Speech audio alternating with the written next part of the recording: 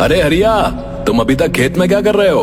अंधेरा होने वाला है, घर चले जाओ, वरना तुम्हें पता है ना। हाँ मानसिंह, पता है, मुझे डराओ मत, पर थोड़ा सा काम बचा है, ये निपटा कर जा ही रहा हूं।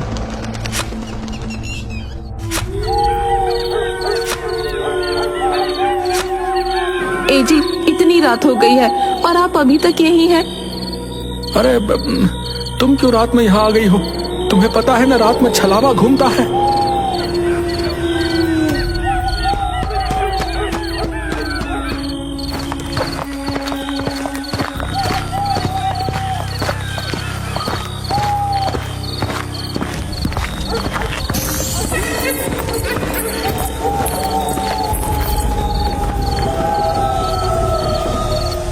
क्या हो गया? तुम रुक क्यों गई? चलो ना। वो सामने किसी औरत की लाश पड़ी है। अरे हाँ, ये कौन है? हरिया ने उसके पास जाकर देखा तो वो उसकी पत्नी की लाश थी। ये देखकर वो बहुत घबरा गया। उसने मुड़कर देखा तो उसकी पत्नी सामने भी खड़ी थी। वो उसके पास पहुंचा।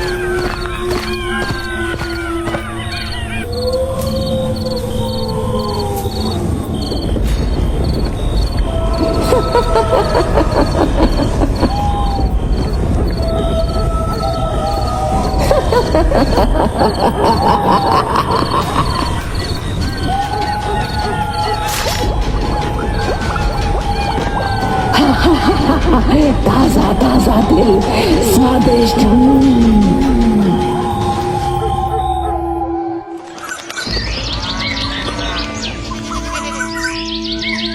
जब हरिया के छोटे भाई रमेश के पास पहुंची तो वो अगले ही दिन गांव आ गया।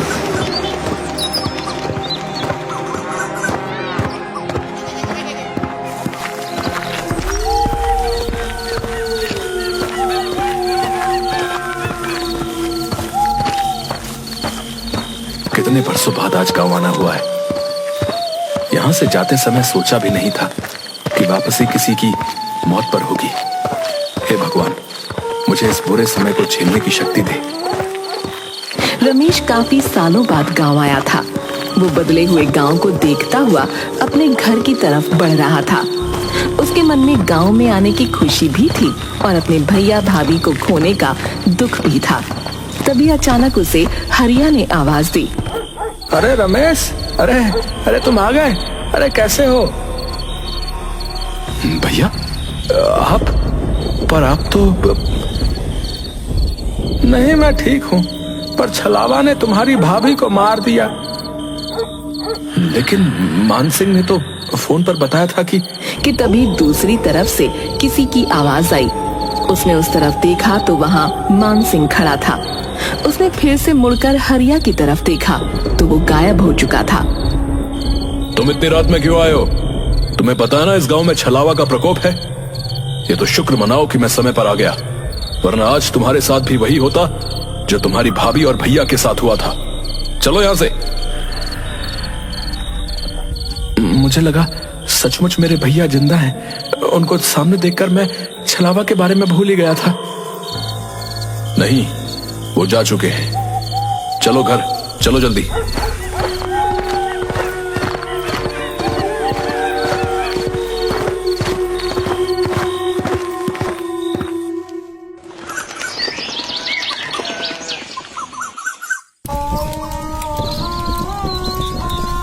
भैया, मैं आपकी चिता की अग्नि को साक्षी मानकर ये कसम खाता हूं कि मैं उस छलावा से आपका बदला जरूर लूंगा।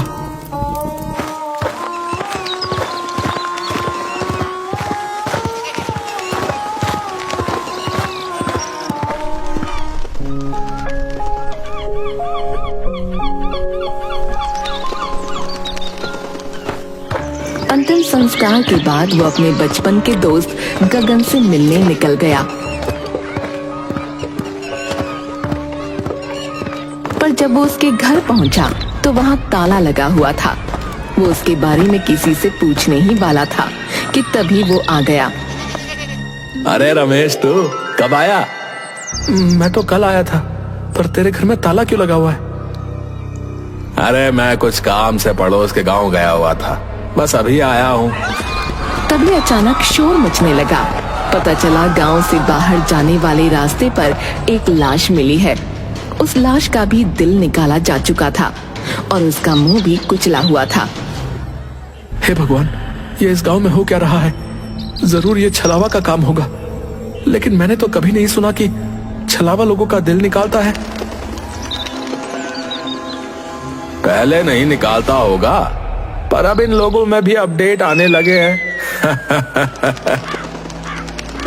तुझे हंसी आ रही है? ये कोई हंसने की बात नहीं है, लोग मर रहे हैं। सॉरी, तो फिर इससे बचने के लिए क्या किया जाना चाहिए बता? हमें इस छलावा से छुटकारा पाने का कोई तरीका निकालना ही पड़ेगा। उसने मेरे भैया और भाभी को मारा है, मैं उससे बदला लेना चाहता हूँ।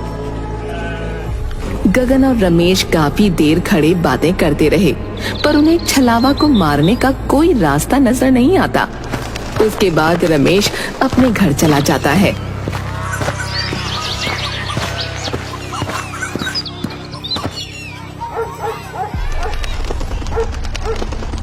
मैं छलावा से बदला तो लेकर रहूंगा, कुछ भी हो जाए। रमेश छलावा को मारने के तरीके सोच रहा था। किसी ने उसका दरवाजा जोरों से खटखटाया। वो झिझक गया। कौन है? कौन है? अरे मैं हूँ मान सिंह, जल्दी से दरवाजा खोलो, छलावा ने किसी को मार दिया है। आता हूँ। रमेश हड़बड़ाहट में उठा और उसने जाकर दरवाजा खोला। सामने मान सिंह की लाश पड़ी थी। उसके सीने से उसका दिल निकाला जा चुका था और जमीन खून से लाल हो चुकी थी। Oh my God, oh my God, ये क्या हो गया? मान सिंह, तुम्हारे साथ ये किसने किया?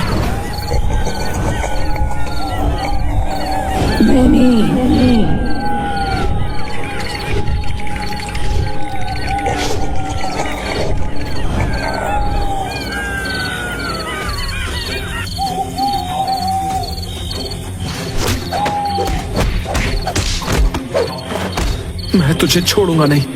पहले तूने मेरे भैया भाभी को मारा और अब मान सिंह को। उसका वो हमला बिल्कुल बेकार साबित हुआ, क्योंकि छलावा ने उसके दोनों हाथ पकड़कर नीचे कर दिए।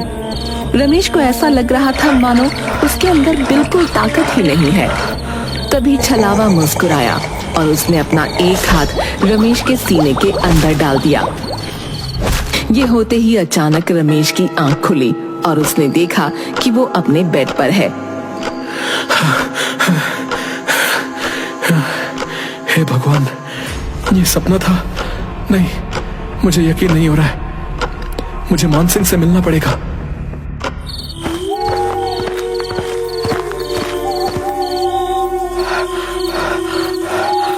अरे क्या हुआ, तुम ऐसे हाफ क्यों रहे हो? मैंने सपना देखा कि छलावा ने तुम्हें भी मार दिया और मुझे भी। मैंने अपने बड़े बूढ़ों से सुना है कि अगर तुम्हारे सपने में कभी छलावा आए, इसका मतलब वो आसपास ही है। कहीं तुम छलावा ही तो नहीं? अरे पागल, मैं छलावा नहीं हूँ, तो खुद मेरे पास चलकर आया है। कहीं तू तो छलावा नहीं? क्या हुआ भाई, तुम लोग क्यों इतनी रात गए लड़ रहे हो? तू क्यों इतनी रात में टहल रहा है? तुझे नहीं पता रात में छलावा आता है? अरे मैं तो पीकर टुन्न रहता हूँ, छलावा मेरा कुछ नहीं कर सकता है। अरे तुम उसे छोड़ो, वो तो पिया हुआ है। ये बताओ कि छलावा कहाँ होगा?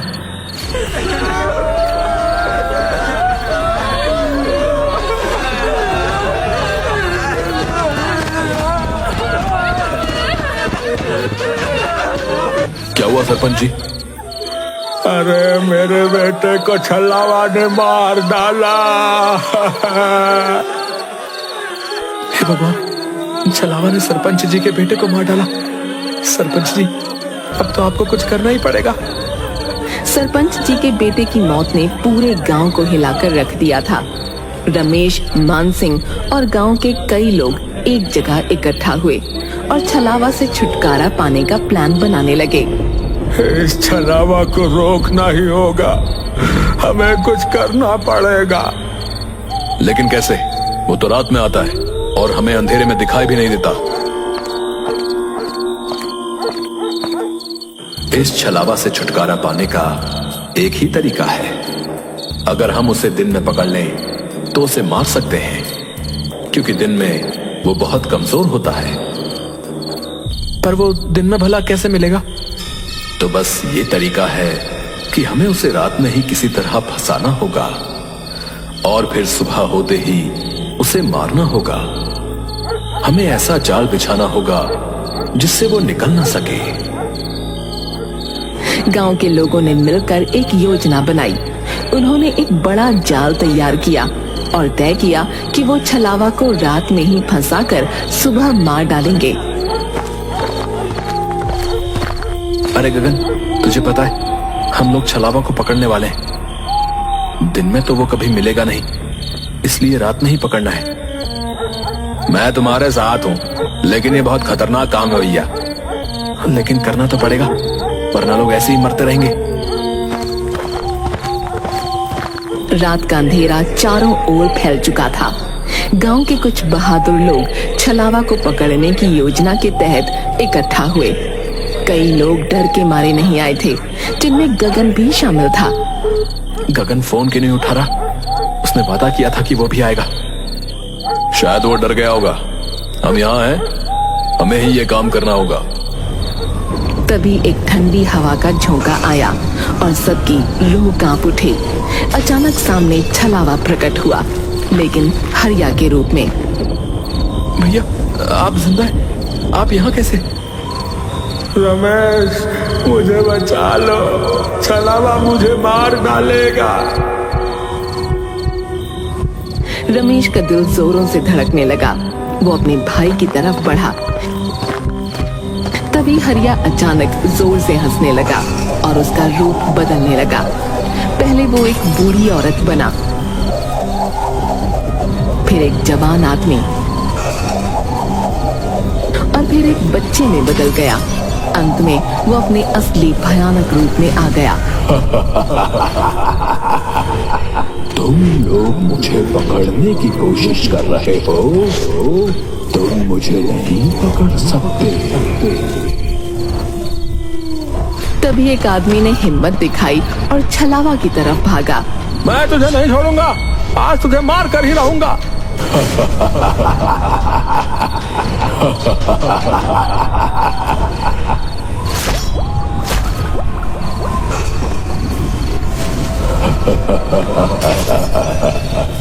ये लो तासा तासा दिल खाओ।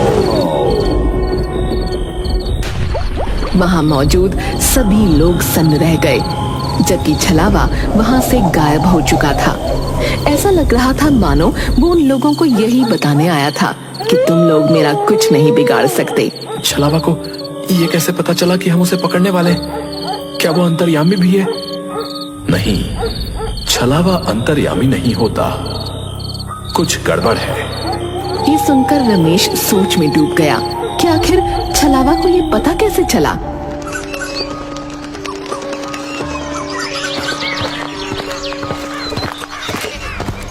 गगन, तुम कल रात को क्यों नहीं आए? मैंने तुम्हें कई बार फोन किया। यार मेरी तबीयत ठीक नहीं थी, इसलिए नहीं आ सका यार, सॉरी यार। रमेश और गगन गांव की गलियों में टहलते हुए एक पुराने मंदिर के पास पहुंचे। चलो मंदिर के अंदर चलते हैं, थोड़ी शांति मिल जाएगी। नहीं नहीं, मैं मंदिर के अंदर नहीं जा सकता, मेरी तबीयत अभी भी ठीक नहीं है। क्यों बहाना बना रहे हो? चलो अंदर।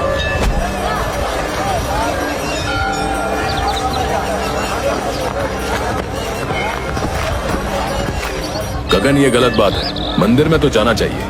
हाँ हाँ, अंदर चलो, तुम्हें अच्छा लगेगा। नहीं, मुझे छोड़ दो, मैं अंदर नहीं जा सकता। गगन बुरी तरह छटपटाने लगा, लेकिन रमेश, मान सिंह और सरपंच ने मिलकर उसे पकड़ा और मंदिर के अंदर खींच लिया। मंदिर के द्वार के अंदर जाते ही गगन जोर जोर से चीखने लगा। मुझे पता चल चुका है कि तुम ही छलावा हो। जिस लड़के का छलावा ने मुंह कुचल दिया था, उसकी पोस्टमार्टम रिपोर्ट आज सुबह आ गई और पता चला कि वो तो गगन था। यानी जो गगन मुझसे मिलता है वो छलावा है, जो दिन में गांव की खबरें लेने आता है और रात में शिकार करता है।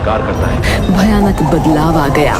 उसकी आंखें लाल हो गईं और उसका चेहरा जैसे फटने को हो गया। वो खुद को छुड़ाने की कोशिश में बुरी तरह से चीख रहा था। मुझे छोड़ दो। तूने मेरे भैया भाभी दोस्त सबको मार डाला आज मेरा बदला पूरा होगा। रमेश और बाकी लोगों ने उसे मंदिर के पवित्र स्थान की तरफ खींचा और उस पर गंगा जल डाला।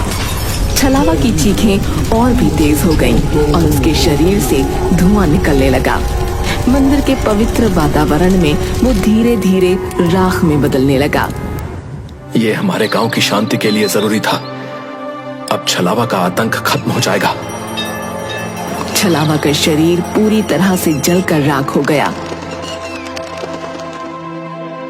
सबने राहत की सांस ली और गांव में फिर से शांति लौट आई।